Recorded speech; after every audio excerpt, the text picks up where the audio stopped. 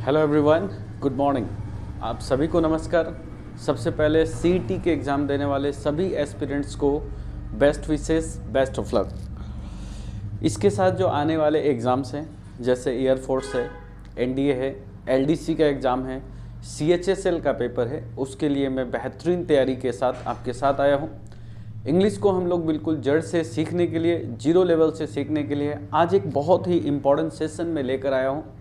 ये जो सेशन है ये है आपका फिक्स प्रीपोजिशन, लेकिन इसके साथ हम लोग फिक्स प्रीपोजिशन ही नहीं, फिक्स प्रीपोजिशन के साथ इनके साथ जेरेंट का इस्तेमाल करते हैं, उसके बारे में भी हम समझेंगे। जेरेंट क्या होता है ये भी समझेंगे। साथ साथ इस जो सेशन है इसके साथ हम लोग कई सिनोनिम्स यानी प्रवाची शब्द को भी याद करेंगे। तो क्या आप सभी तैयार हैं? स्वागत है आप सभी को हमारे यूट्यूब चैनल में इंग्लिश विद एसके श्रवण। तो बिना टाइम वेस्ट किए हुए आइए हम अपने सेशन पे आते हैं, अपने उस कंटेंट पे आते हैं जो मैंने आप लोगों के लिए आज तैयार किया है। सो माय डियर स्टूडेंट्स, आप देख सकते हैं आपकी स्क्रीन पर जो पहला वर्ड आज मैंने लिखा हुआ है वो लिखा है preposition plus Geraint.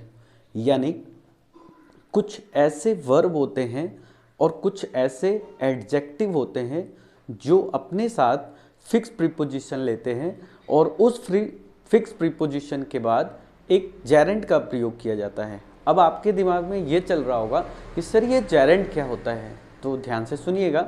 Verb plus ING को हम जेरेंट कहते हैं, बिल्कुल सही सुना। लेकिन आपको ये याद रखना है कि वर्ब प्लस आईएनजी जब नाउन की तरह काम करता है, दोबारा बोल रहा हूँ, वर्ब प्लस आईएनजी जब नाउन की तरह कार्य करता है तो हम उसे जेरेंट बोलते हैं, अन्यथा हम उसे जेरेंट नहीं कहते हैं। जेरेंट को हम नाउन इक्विवेलेंट भी कहते हैं, जेरेंट को हम वर्बल नाउन भी कहते हैं। अब आप ये सोच रहे होंगे कि सर नाउन वर्ब कैसे काम करता है, यानी वर्ब प्लस आईएनजी कैसे काम करता है। तो ये जो वर्ब प्लस आईएनजी है, जब इसका पोजीशन सब्जेक्ट के पोजीशन पे हो, जैसे नाउन का पोजीशन होता है, यानी आपका जो नाउन है ये सब्जेक्ट के फॉर्म में काम करता है, ऑब्जेक्ट के फॉर्म में काम करता है और कॉम्प्लीमेंट के फॉर्म में काम करता है। अगर इनके पोजीशन पर हम वर्ब प्लस आईएनजी को रख देते हैं तो हम उसे जेरेंट कहते हैं। फॉर एग्जाम्पल, अगर मैं ये आपसे कहूँ कि टहलना एक अच्छा व्यायाम है, walking is a good exercise. आपने ठीक सुना, walking is a good exercise. तो आप हमें ये बताएं कि ये जो वॉकिंग मैंने लिखा है आखिर ये क्या है। तो ये पहले वॉक का मतलब टहलना, इसमें आपने जोड़ा आईएनजी, यानी वर्ब में आईएनजी जोड़ा। लेकिन ये जो वर्ब प्लस आईएनजी का पोजीशन है वो कहाँ पर लिखा गया है, वो सब्जेक्ट के पोजीशन पे लिखा गया है। अगर वो सब्जेक्ट के पोजीशन पर लिखा जाता है तो उसे हम जेरेंट कहते हैं। इस सेशन के बाद कभी अगर हमें समय मिला तो मैं जेरेंट पे पूरा वीडियो बनाऊंगा, जिससे आपको पूरा डिटेल बताऊंगा कि जेरेंट और कैसे कैसे काम कर सकता है। एक सेकंड और एग्जांपल सुन लीजिएगा जो कि काफ़ी इम्पॉर्टेंट है आज के हमारे जो युवा पीढ़ी है उनके लिए, खास करके एसके श्रवण का message. Smoking is injurious to our health. दोबारा रिपीट करता हूँ अपने शब्दों को, smoking is injurious to our health. So आप स्मोकिंग ना करें कोई भी। ये जो स्मोक वर्ड लिखा गया है ये वर्ब है, इस वर्ब के साथ आपने आईएनजी जोड़ा, स्मोकिंग हुआ, उसका पोजीशन जो है वो सब्जेक्ट के पोजीशन पे लिखा गया है, इसलिए हम उसे जेरेंट कहते हैं। आज के बाद अगर आपसे कोई पूछे कि जेरेंट क्या होता है तो आप कंफ्यूज ना होइए, आप बता दीजिए उनको कि यदि वर्ब प्लस आईएनजी नाउन की तरह बिहेव करे, नाउन की तरह कार्य करे तो हम उसे जेरेंट कहते हैं।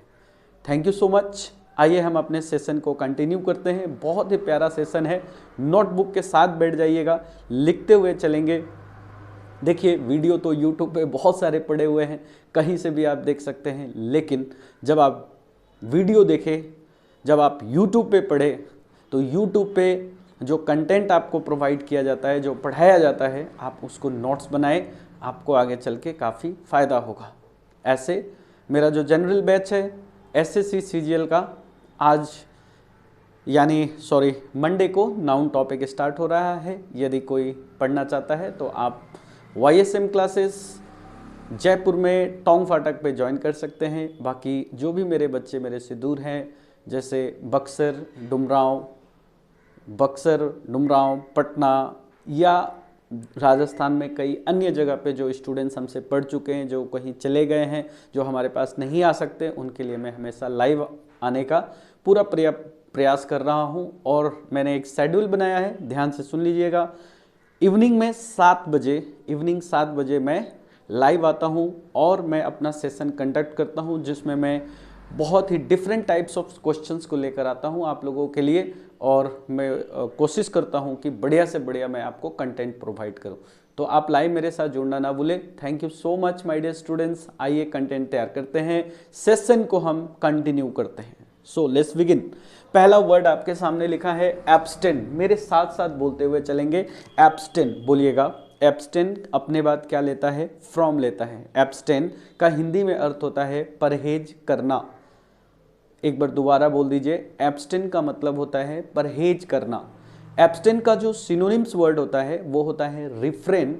रिफ्रेन भी अपने बाद फ्रॉम लेता है और इसका मतलब होता है किसी चीज से बचना। एक बार दोबारा बोल दीजिए, एक आपने पढ़ा एब्स्टेन, दूसरा आपने पढ़ा रिफ्रेन, दोनों के बाद फ्रॉम आता है। इस फ्रॉम के बाद हम जेरेंट का यूज करते हैं। सर कैसे? आगे हम आपको जरूर इसके क्वेश्चंस कराएंगे, उसके माध्यम से मैं आपको जरूर बताऊंगा। फिलहाल आप इस फिक्स प्रीपोजिशन को याद कर लीजिए। तीसरा वर्ड मैंने लिखा हुआ है डेबर। डेबर फ्रॉम, डेबर अपने साथ फ्रॉम लेता है। डेबर का मतलब होता है प्रतिबंध लगाना, किसी को मना करना, किसी को रोकना। दोबारा नेक्स्ट वर्ड आप सुन सकते हैं डेजिस्ट। डेजिस्ट का मतलब भी होता है किसी के ऊपर प्रतिबंध लगाना, किसी को बंद करना, किसी को रोकना। नेक्स्ट वर्ड लिखा हुआ है और ये डेजिस्ट भी अपने साथ फ्रॉम लेता है। अगला वर्ड आप देख सकते हैं, ये लिखा है डिसक्वालिफाइड, अयोग्य जिसको कहते हैं। क्वालिफाइड का मतलब होता है योग्य। आप क्वालिफाइड हो गए, लेकिन अगर आप क्वालिफाइड नहीं होते हैं तो उसे हम डिस लगाते हैं। डिस यहाँ पर प्रीफिक्स का काम कर रहा है और डिसक्वालिफाइड के साथ हम फ्रॉम का यूज करेंगे। चलिए नेक्स्ट, आगे लिखा हुआ है डिस्वेट। सो माय डियर स्टूडेंट, ये जो डिस्वेट वर्ड लिखा हुआ है इसका मतलब होता है वंचित करना, एक तरह से मना करना या रोकना। तो आप डिस्वेट के साथ भी फ्रॉम लगाएंगे। प्रिवेंट का मतलब होता है मना करना, फ्रॉम लगाएंगे। अगला वर्ड है प्रोहिबिट। प्रोहिबिट के साथ भी आप फ्रॉम लगाएंगे। और हिंडर, हिंडर के साथ भी आप फ्रॉम लगाएंगे। एक तरफ से आपको कई सारे वर्ड्स याद हो गए जिसका मतलब होता है किसी को रोकना, मना करना, प्रतिबंध लगाना। आइए एक बार चेक कर लेते हैं बिना देखे हुए। पहला जो आपके माइंड में है उसको रिपीट करते रहिए। प्रोटेक्ट, बहुत बढ़िया। प्रिवेंट, बहुत बढ़िया। डिस्वेड, बहुत बढ़िया। डिस्वेड के बाद डेजिस्ट, डेजिस्ट के बाद हम लोगों ने पढ़ा प्रिवेंट करना, प्रोटेक्ट करना, डिस्वेड करना, डाइजेस्ट करना। तो जो भी आपको याद आए आप बोलते चलिए, आपको पूरा कंटेंट ऐसे ही याद हो जाएगा, लिखना ना भूलेंगे। चलिए एक वर्ड आप और देख लीजिएगा, हिंडर के साथ भी हम फ्रॉम लगाते हैं। आगे जो हमारा सीरीज है इनके साथ हमने एफ्रेड, एफ्रेड का मतलब होता है डरना, भय, जिसके साथ ऑफ लगता है, अफ्रेड ऑफ। इस ऑफ के बाद यहाँ पर जो वर्ब आएगा वो हमेशा जेरेंडियल फॉर्म में होगा, यानी वर्ब प्लस आईएनजी के फॉर्म में होगा। आगे लिखा हुआ है डिस्पेयर। डिस्पेयर का मतलब आप समझ रहे हैं, गायब होना। डिस्पेयर के साथ हम ऑफ लगाते हैं।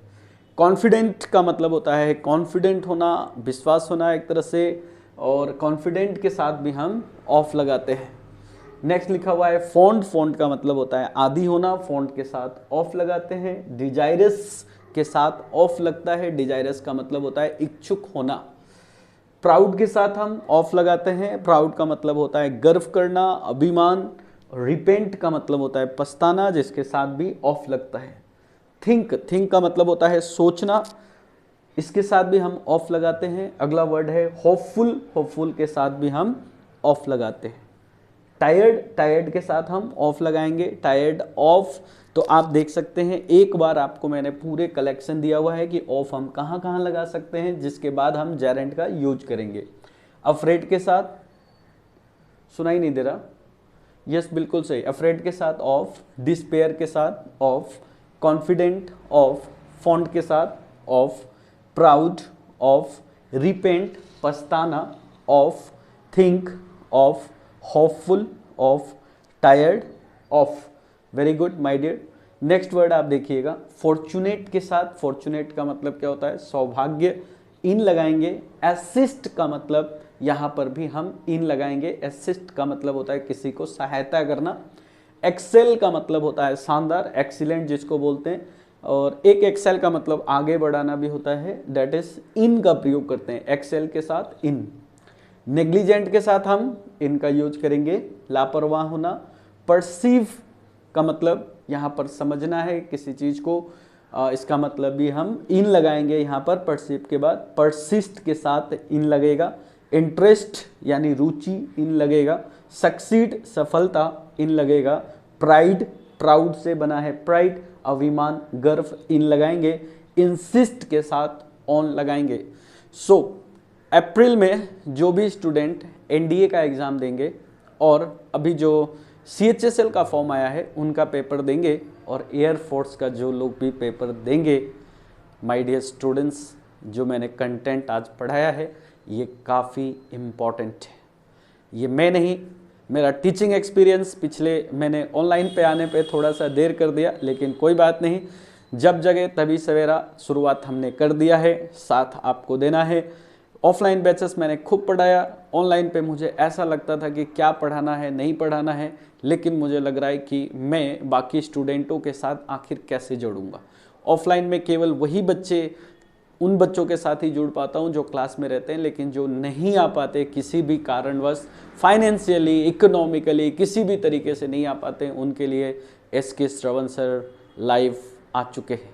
तो इस वीडियो को ज़्यादा से ज़्यादा शेयर कर दीजिएगा, लाइक और सब्सक्राइब जरूर करिएगा। एक बार लोगों को ये पता चल जाए कि SK Shravan sir live online पढ़ाना स्टार्ट कर दिए हैं। Thank you so much for watching me and my video. Love you all my dear students. Have a wonderful day.